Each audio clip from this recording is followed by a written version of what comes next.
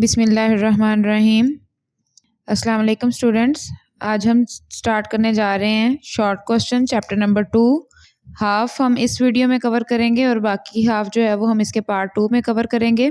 ये short question याद करने से आपका तकरीबन चैप्टर जो है ये शॉर्ट के लिहाज से तैयार हो जाएगा और आपकी तैयारी बहुत अच्छी हो जाएगी अगर आप इस तरीके से तैयार करेंगे। इस वीडियो में आपको तमाम क्वेश्चंस और उनके पेज नंबर और उनके आंसर्स मार्क करवाए हैं, इसको फॉलो करें तो आपकी तैयारी जो है वो बहुत अच्छी हो जाएगी। हमारा पहला क्वेश्चन है, डिफाइन द फॉलोइंग टर्म। इस एक क्वेश्चन के अंदर हमने 4-5 चीज़ों को कवर करने की कोशिश की है ताकि आपके कम क्वेश्चंस के अंदर ज़्यादा चीज़ें कवर हो सकें। तो डिफाइन द फॉलोइंग टर्म्स में आपके पास सबसे पहले है होम्योस्टेसिस। इस चैप्टर का नाम भी होम्योस्टेसिस है, तो होम्योस्टेसिस की डिफाइन आपने लिखनी है। ये है पेज नंबर 18 पर। पेज नंबर 18 पर टॉप पर सबसे पहली line, homeostasis may be defined as the maintenance of the internal condition of body at equilibrium despite changes in the external environment. कहता होम्योस्टेसिस की हम डेफिनेशन इस तरह से कर सकते हैं कि maintenance of internal condition of body, जिस्म के अंदरूनी हालात जो हैं उनको बरकरार रखना है हमने इक्विलिब्रियम की हालत में यानी तवाज़ुन की हालत में, despite changes in the external environment, चाहे हमारे बाहर वाला जो माहौल है उसमें जितनी भी चेंजिंग आती रहे, यानी सर्दी का मौसम हो, गर्मी का मौसम हो, तो हमारा जो बॉडी का इंटरनल टेम्परेचर है वो तो 37 डिग्री सेंटीग्रेड ही रहता है ना। अगर वो चेंज होगा तो फिर इसका मतलब है कि हम जो है बीमार हो रहे होंगे। तो मेंटेनेंस जो है इंटरनल कंडीशन की वो क्या कहलाती है? होम्योस्टेसिस कहलाती है। हमारा जो दूसरी इसमें डिफाइन है वो है ओस्मो रेगुलेशन, वो भी पेज नंबर 18 पर है। Second paragraph, osmo regulation it is the maintenance of amount of water and salt in the body. कहता हमारे बॉडी फ्लूइड में पानी और जो नमकियात हैं इनकी मिकदार को बरकरार रखना जो है ये क्या कहलाता है? ओस्मो रेगुलेशन कहलाता है। बॉडी फ्लूइड कौन से हैं? हमारा ब्लड या टिश्यू फ्लूइड जो है ये सारे बॉडी फ्लूइड्स हैं। थर्ड डेफिनेशन है हमारे पास thermo regulation.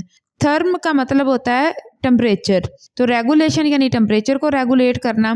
The maintenance of internal body temperature, हमारे जिस्म के अंदरूनी जो दर्जा हरारत है उसको बरकरार रखना, मेंटेन रखना, वो क्या कहलाता है? थर्मो रेगुलेशन कहलाता है। आगे नेक्स्ट 4 है एक्सक्रीशन। एक्सक्रीशन भी पेज नंबर 18 पर है। Excretion is also a process of homeostasis, ये भी कहता है होम्योस्टेसिस का ही एक प्रोसेस है। In this process the metabolic waste, जितने भी मेटाबॉलिक वेस्ट होते हैं, are eliminated from the body, जिस्म से बाहर निकाल दिए जाते हैं, to maintain the internal condition at equilibrium, body की इंटरनल कंडीशन को मेंटेन रखने के लिए, इक्विलिब्रियम की हालत में रखने के लिए जितने भी मेटाबॉलिक वेस्ट होते हैं उन्हें बॉडी से बाहर निकाल दिया जाता है। इस प्रोसेस को एक्सक्रीशन कहते हैं। अगली है मेटाबॉलिक वेस्ट क्या होता है? मेटाबॉलिक वेस्ट की डिफाइन हमने करनी है। तो पेज नंबर 18 पर एक ही ब्लू बॉक्स है और वो इसका आंसर है, metabolic waste mean any material that is produced during body metabolism and that may harm the body. कहता है मेटाबॉलिक वेस्ट से मुराद कोई भी ऐसा मटेरियल है जो कि मेटाबॉलिज्म के दौरान, फॉर एग्जांपल खुराक हजम हो रही है तो उसके दौरान जो है वो पैदा हो और वो जिस्म को नुकसान दे सकता हो। इसकी सिंपल सी एग्जांपल हम यूँ कर सकते हैं कि फॉर एग्जांपल यूरिन पैदा हुआ है, यानी हमने पानी पिया या जितने भी लिक्विड्स हमने इनटेक किए हैं, बॉडी के अंदर एब्जॉर्ब होने के बाद जो वेस्ट था उनका वो यूरिन की फॉर्म में था। अब यूरिन अगर बॉडी से बाहर नहीं निकलेगा तो वो जहर की फॉर्म में बन जाएगा और हमारे बॉडी को नुकसान दे सकता है। नेक्स्ट है हमारे पास क्वेश्चन नंबर 2, डिफाइन ग्यूटेशन। इसका आंसर पेज नंबर 19 पर है आपके पास, रिमूवल ऑफ एक्स्ट्रा वाटर वाले टॉपिक में। लास्ट लाइन देखिए इसकी पहले पैराग्राफ की, some plant such as grasses force water. इधर लिखा हुआ है दिस वाटर, तो आपने दिस नहीं करना क्योंकि शॉर्ट क्वेश्चन है, तो अगर दिस लिखेंगे तो फिर आपको इसका पिछला बैकग्राउंड सारा बताना पड़ेगा। कहता some plant such as grasses, कहता कुछ पौधे जैसा कि घास वगैरह है, फोर्स वाटर, वो क्या करते हैं? पानी को फोर्स करते हैं थ्रू स्पेशल पोर्स, मखसूस किस्म के पोर्स, सुराखों के जरिए, present at the leaf tips और एजेस, जो कि पत्तों के किनारों या उनकी टिप्स पर मौजूद होते हैं, एंड फॉर्म ड्रॉप्स, और वो क्या बना देते हैं? ड्रॉप बना देते हैं। Appearance of drop of water on the tips और edges of leave is called guttation. तो ये पानी के इन ड्रॉप्स का जो नमूदार होना है पौधों के पत्तों की टिप्स पर या किनारों पर, वो क्या कहलाता है? ग्यूटेशन कहलाता है। नेक्स्ट हमारा थर्ड क्वेश्चन है, name some metabolic waste removed by plants. इसका आंसर पेज नंबर 20 पर है, यानी सवाल में पूछा हुआ है कि वो कौन कौन से ऐसे मेटाबॉलिक वेस्ट हैं जो पौधे एक्सक्रीट करते हैं।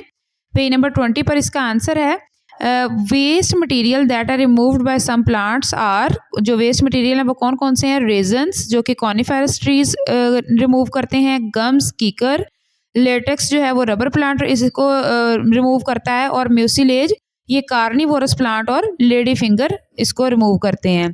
नेक्स्ट हमारा क्वेश्चन है question number 4, what is the mechanism of hydrophytes. Page number 20 पर ही है हाइड्रोफाइट वाला जो टॉपिक है ऑस्मोटिक एडजस्टमेंट में।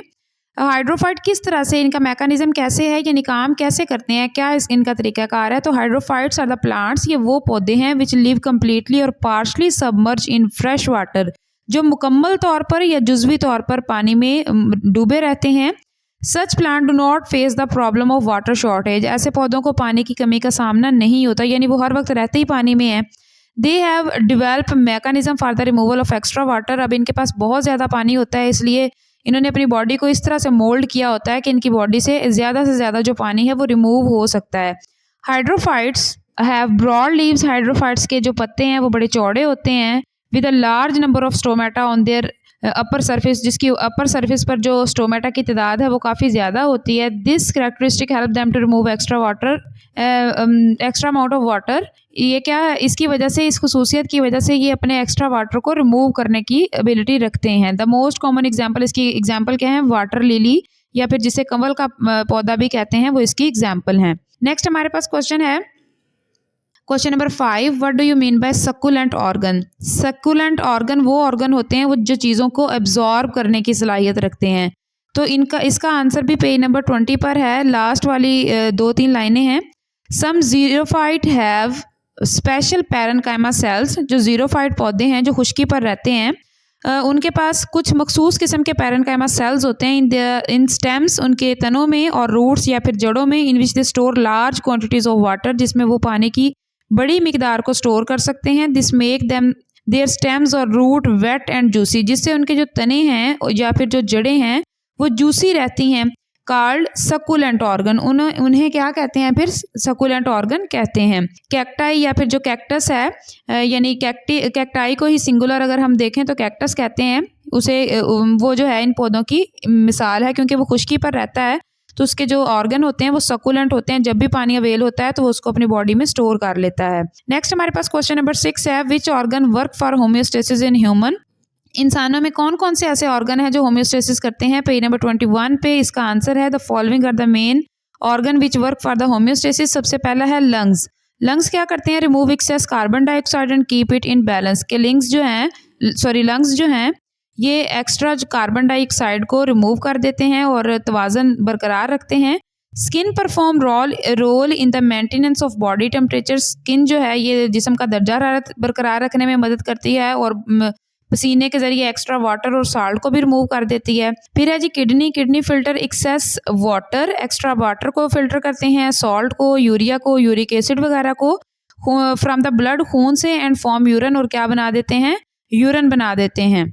नेक्स्ट हमारा क्वेश्चन नंबर 7 है, how skin perform its role in temperature regulation, के जो स्किन है ये टेम्परेचर को रेगुलेट करने में क्या किरदार अदा करती है। तो पेज नंबर 21 पर इसका आंसर है, skin perform important role in the regulation of body temperature, skin दर्जा हरारत को बरकरार रखने में बड़ा अहम किरदार अदा करती है। Thin layer of fat cell जो इसके ऊपर मौजूद होते हैं, उनकी पतली सी एक तह मौजूद होती है in the dermis, insulate the body, वो जिस्म को गर्म रखती है। Contraction of small muscle attach to hairs, जो जिस्म पर मौजूद बाल हैं छोटे छोटे, उनके साथ जो मसल अटैच हैं वो क्या कर देते हैं, गूज बम्प्स बना देते हैं, यानी जैसे हमें ठंड लगे तो थोड़ा सा मसाम खड़े हो जाते हैं, जिसे रोंगटे खड़े होना भी कह देते हैं, वो डर की वजह से भी हो सकते हैं। It create an insulating blanket of warm air, ये गर्म हवा का एक कंबल बना देते हैं हमारे गिर्द। इसके बाद हमारे पास क्वेश्चन नंबर 8 है, how cooling effect is produce by skin, कि जो स्किन है ये कूलिंग इफेक्ट किस तरह से प्रोड्यूस करती है। 22 पेज पर इसका आंसर है, skin help in providing cooling effect, skin जो है कूलिंग इफेक्ट पैदा करने में मदद देती है। When sweat is produce by sweat glands, जब पसीना बनाने वाले ग्लैंड्स जो हैं पसीना बनाते हैं, and access body heat escape through evaporation, तो उस वक्त क्या होता है कि इवेपोरेशन के ज़रिए एक्स्ट्रा हीट जो बॉडी की होती है वो रिमूव हो जाती है। Metabolic waste such as excess water, जितने भी वेस्ट होते हैं चाहे वो एक्सेस वाटर हो, साल्ट हो, यूरिया हो, यूरिक एसिड हो, वो भी उस स्वेट के साथ रिमूव हो जाते हैं, पसीने के साथ रिमूव हो जाते हैं। नेक्स्ट हमारे पास क्वेश्चन नंबर 9 है, name part of urinary system. Urinary system के पार्ट्स के नाम लिखें। पेज नंबर 22 पर है ये भी। The excretory system of human is also called the urinary system. जो एक्सक्रीटरी सिस्टम है उसी को यूरेनरी सिस्टम कहा जाता है। It is formed of one pair of kidney, kidney का एक पेयर होता है इधर, यूरेटर का एक पेयर होता है, अ यूरेनरी ब्लैडर, एक यूरेनरी ब्लैडर होता है जिसे मसाना कहते हैं, एंड अ यूरेथ्रा, और एक यूरेथ्रा पर मुश्तमिल होता है। 4 हिस्से होते हैं इसके। नेक्स्ट हमारे पास क्वेश्चन नंबर 10 है, describe the structure of kidney. Kidney की साख्त बयान करें। पेज नंबर 22 पर है।